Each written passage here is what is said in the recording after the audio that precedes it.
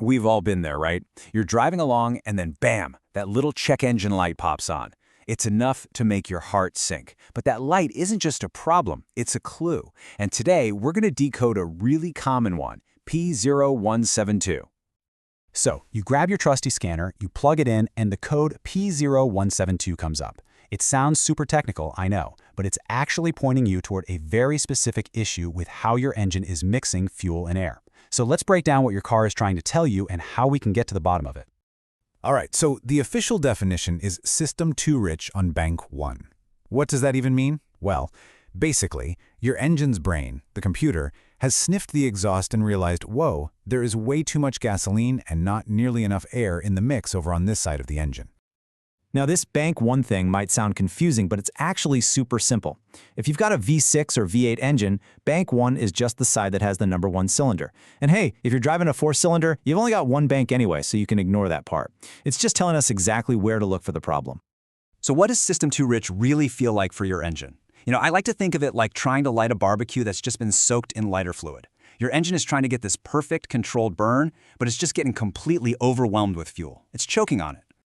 No matter what, a rich condition always comes down to one of two things. It's a simple imbalance. Either you've got too much fuel being sprayed in, or you don't have enough air coming in to burn it. Either way, that perfect recipe for combustion is all out of whack. That little light on the dash is just the start. Your car is probably screaming for help in other ways too.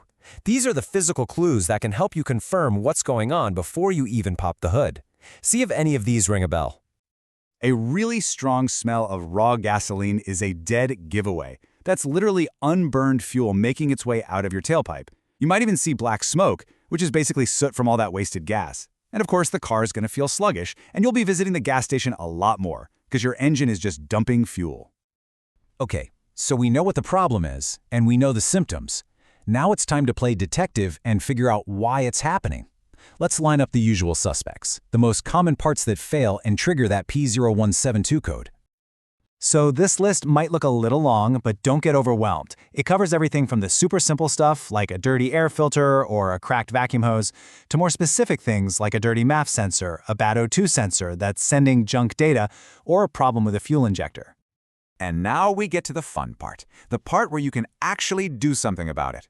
With our list of suspects, we can put together a really simple checklist. This is how you can systematically track down the culprit yourself, starting with the easy stuff first. And this is absolutely crucial. Do not jump to the worst-case scenario.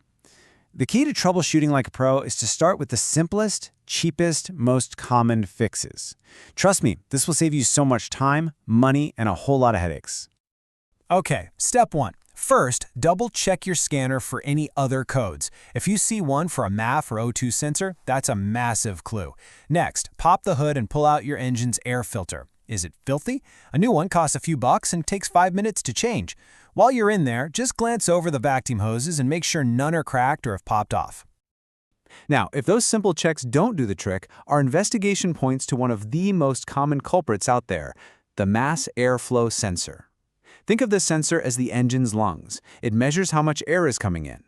If it gets dirty, it can't measure correctly and tells the computer there's less air than there really is, so the computer dumps in extra fuel. You can usually find the MAF sensor right in the big plastic tube that runs from your air filter box.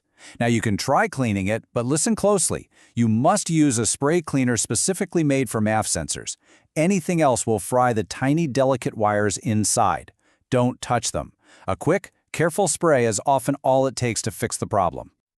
All right, so let's say you've checked the filter and you've cleaned the MAF sensor, but that pesky light comes back on. Well, we've pretty much ruled out the not enough air side of the equation. So now it's time to pivot and investigate the opposite problem: too much fuel. Here's a great trick to see if you have a leaky fuel injector. Go to bank 1 and start pulling out the spark plugs.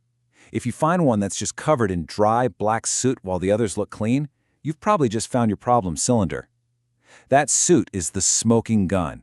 It's pure, unburned fuel. But what if all the spark plugs on that side look bad?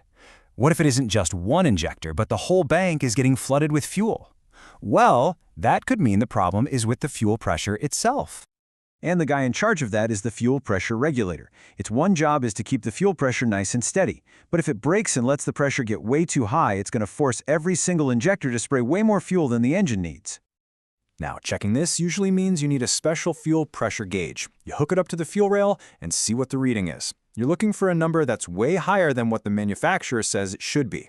This is a pretty quick test that any good mechanic can do for you. All right, we have covered a lot of ground here, from the air system to the fuel system, from simple checks to more advanced ones. So let's boil it all down to what really matters, your key takeaways and the most likely fixes. Because after you sift through all the different possibilities, what mechanics and repair manuals tell us again and again is that two suspects are responsible for this P0172 code far more often than anything else. And here it is, the bottom line. The most common fixes for a P0172 code almost always come down to one of two things: cleaning or replacing that MAF sensor on the air side, or fixing a leaking fuel injector on the fuel side.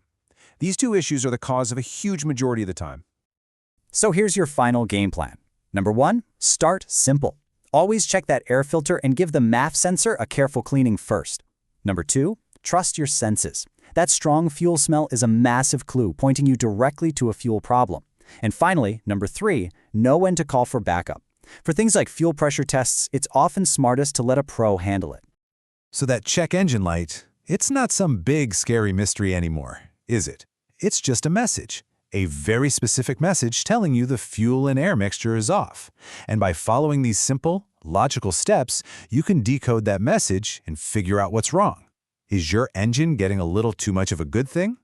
Well, now you know exactly how to find out.